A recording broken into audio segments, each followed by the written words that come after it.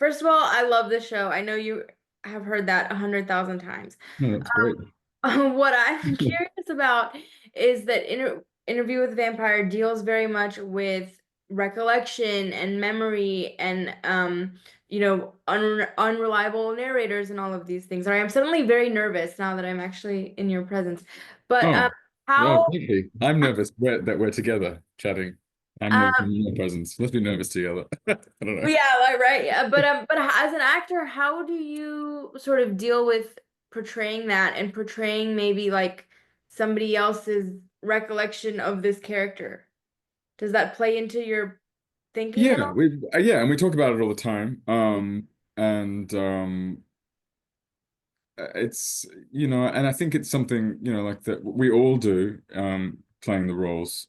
We sort of look at how the character is at a specific period of time. I mean, with Lestat specifically, yes, he's often seen through the eyes of Louis.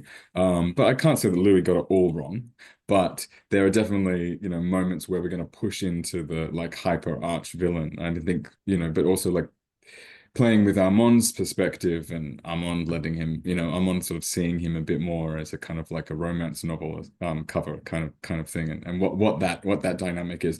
But like Assad does a very similar thing where he's sort of playing multiple characters at multiple different times, and Jacob does the same thing where you see them, through different lenses at different periods of time. I think that's sort of the joy of what this show is, and what it gives us as actors is the opportunity to kind of really have very mercurial, flexible roles that we can try different things, explore different things. As well, it's quite a fun thing to keep returning back to because you don't really ever feel set in stone. You feel like you can you know, give a new era a go, which I suppose is the joy of playing an immortal character, I guess. I mean, I mentioned your charm. That's such a big part of the character. Do you feel like that's maybe like hard for you sometimes to have to be this sort of looming presence that sort of exudes all these different, like the gambit of human emotion? Um, I don't know if hard. I mean, like you mean like do you feel like a lot of pressure to be able to be, like what do you mean by hard? Or is it just hard to Pressure, or I mean also just difficult to sort of, as you meant, like there's so many facets in season two. I mean, he's playing a bit like playing a person who is a vampire who's playing. Oh, sure. Yeah. Yeah, I mean, of course, and it's always challenging. I mean, that's why it's so fun. I mean, it is a really challenging show. Um, and it's sort of under the premise of it being a genre vampire show, but I guess really we use the metaphor of a vampire to be, a much larger, conduit to have kind of really intense conversations about humanity. So you are playing a bunch of different levels at all time, which yeah makes it challenging. And Roland Jones also is like extraordinary at layering the script and layering every scene with as many different things as possible. He has a kind of obsession about making sure that an audience is never going to be bored. And he really wants you to lock in when you watch. And when you have to kind of translate that on set, sometimes you're, obviously speaking multiple languages. You're, usually doing some kind of a stunt with a rig of some kind, or, you know, multiple dialogues between multiple characters, one happening telepathically and one happening in present day. There's so many things that he layers onto it. But yeah, I guess in terms of like keeping the overall arc of Lestat alive, it's sort of important that we remain connected to the love story at the center of it, which is Louis and Lestat, and so that you feel attached to their separation in their experience previously and going forward, that you as an audience member continue to invest in these characters and their push and pull. You know, so that's kind of complex because we have to play those beats sometimes in, random and turnabout ways, like a ghost or a vision, or so it's always challenging, but challenges are fun. Well, I feel like maybe if your next role is going to be quote unquote straightforward, then you're going to be like, I miss all the back. I think about that all the time with actors, is like, how do you go on to just play like some regular guy? You're going to be, it's going to Sometimes be, regular people are really, really fun to play. Yeah, playing yeah. supernatural, um, very intense vampires can be kind of exhausting too. Well, what is, and that brings me to my next question, which is like the physicality is so interesting. Like, not just because he's again this very like graceful sort of, he's obviously, been alive for centuries, but like you also have the blood and all these scenes. Like, what is it like for you to sort of inhabit this skin of this being? Um, I don't really like, I think the costumes do so much work for us.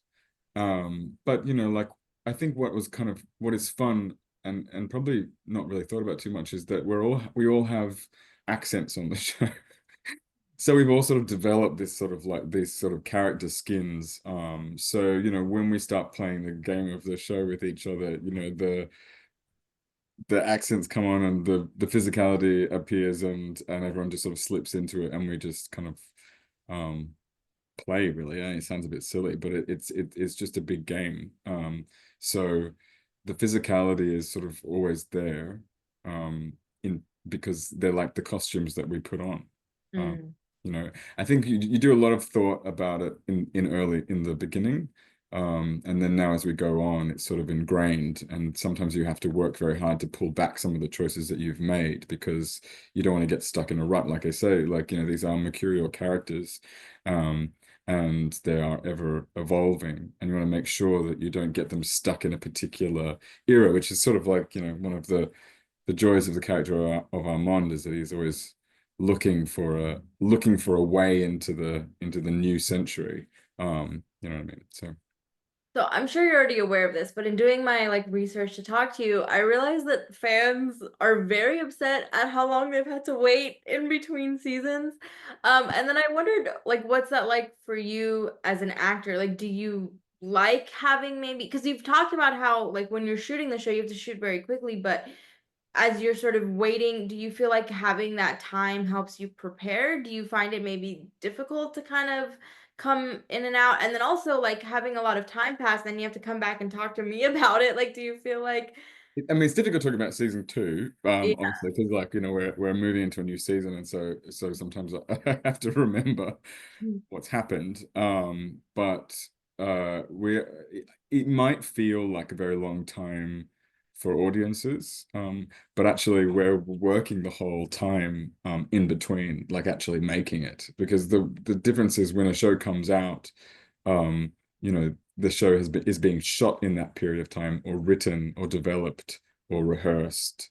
Um, and then they've got to go into posts, and we spend a lot of time in posts. We spend a lot of time, doing ADR or doing sound recording or whatever it is that we have to bring into it. So it actually doesn't necessarily feel like we get a break.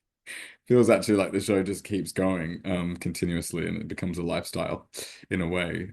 Yeah, because then we're also promoting it, which also does take up quite a lot of time as well. So But do you feel like, I mean, I guess when you look back on season two, like what stands out to you and sort of like what's your overarching takeaway? Like if I was writing a book about your experience on Interview with the Vampire, like what is, what's the thing that I would take away from yeah. season two? I think, one of the key elements which hopefully, has does translate is that, Louis and Lestat really betrayed Claudia. And Claudia is the, most important person in their lives, and, in my opinion, the show really, because she's such an incredible figure. And it's to lose her like we lose her in this season, should feel so devastating that it creates um, a, a world-shattering reverberation throughout the show and throughout, subsequent seasons. So hopefully, you know, the way that Armand, Louis, and Lestat have all interacted with Claudia, and the way that this character has been betrayed by all three of them at different stages. And then obviously, Delaney Hales' extraordinary portrayal of this character who is so fundamentally tragic, because, there's this adult trapped in a child's body, which is, an amazing Ricean creation. Um, that you should feel and walk away from this season feeling totally connected to Claudia and be yearning for her like the rest of these vampires are for many years to come. Well, I have to be honest with you, at the end of season one, I kind of hated Lestat. Like I was Yeah, that's it should be you should. charmed by him, but he was just so monstrous at times that I really struggled with like what am I supposed to feel for this character? But I felt in season two that things were maybe a little like softer and there were more facets to him that I got to learn, and I felt more of a pull. And so I wondered like for you again playing like how do you maybe relate to the more monstrous things? Do you find it hard for you at times to empathize with this? I think like because we are telling this sort of onion kind of story where you're peeling away at the artifice, and the point of view and what Louis how Louis is framing Lestat, you're sort of meant to kind of feel like he's just you meant to hate him. But as you peel it away and the things he can't escape and the memories he's trying to erase but he can't, you start to see that there was a bit more of a different dynamic to that relationship. Um, so yeah, I mean, I guess it was sort of sometimes when early in season one, I remember there's a scene where uh it's after they have there's a huge kind of attack basically, and Lestat just before Lestat drops him from the sky, and we had this really complicated rig where I had to pull Jacob down the alley, and that day was really challenging because I just couldn't work out how to pitch it because it felt so wrong. I was like, I just don't really know what I'm doing. Like I couldn't work it out. So it is hard. You kind of have to find the level of not making it so extreme that we just step out of the realm of an audience being able to connect and care about it. But you also have to make it sort of arch enough to feel the stakes of the scene. Um, and the same thing with the trial episode. There's elements of it which Roland, the way he crafts things is he wants the audience to feel the most that they can feel about any given moment. He always goes, well, let's go to the furthest we can. Let's not give him a little kind of tickle. Let's give him a smack. And um sorry, why I used that analogy, but anyway. And so the trial was challenging because he really wanted that feeling to come you wanted to feel like Lestat was coming in there for vengeance, for revenge, and there's more than that. It's more complicated than that. There's a lot more going on, but had to we had to play it for the initial reaction, the initial heat, and then we could slowly slip in more layers around it and afterwards. Yeah. I love what you said about sort of vampire lore being our conduit to sort of explore all these deeper human emotions. And I felt like that was my experience watching the show. I thought a lot about, resentments or anger, all these emotions, and how I sort of have to sit with them. And here are these people that have been around a lot longer than I have, and they're sitting with all these deep emotions. So I wonder, like, have you sort of wrestled with this idea of like maybe how playing this character has influenced you and the way you think about these sort of larger overarching themes in your own life? Um, I think I'm always informed by any character that you play and any experience you have, whether it be your job or not, you're sort of informed by it in general, I think. So yeah, I'm sure subconsciously somewhere I'm learning from this experience. But more often than not, you have to bring your own experience to these things. And you have to sort of supplement it for the context that you're given in the script.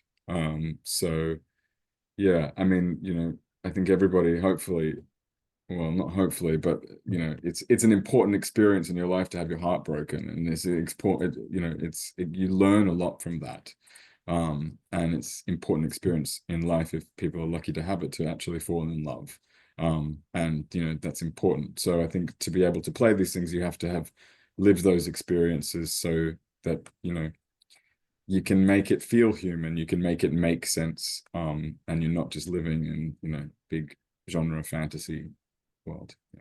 Sam, I have to let you go, but I do want to give you like the final word if there's anything that I haven't asked you about that you wanted to mention. And then, I mean, if there's anything you can tell me about season 3 to hold on to,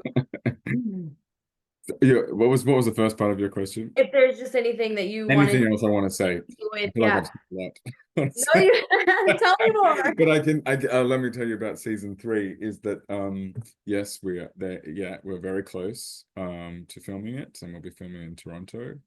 Um, Daniel Hart is working feverishly away, and I'm really excited for everybody to see the work that he has done because it is extraordinary.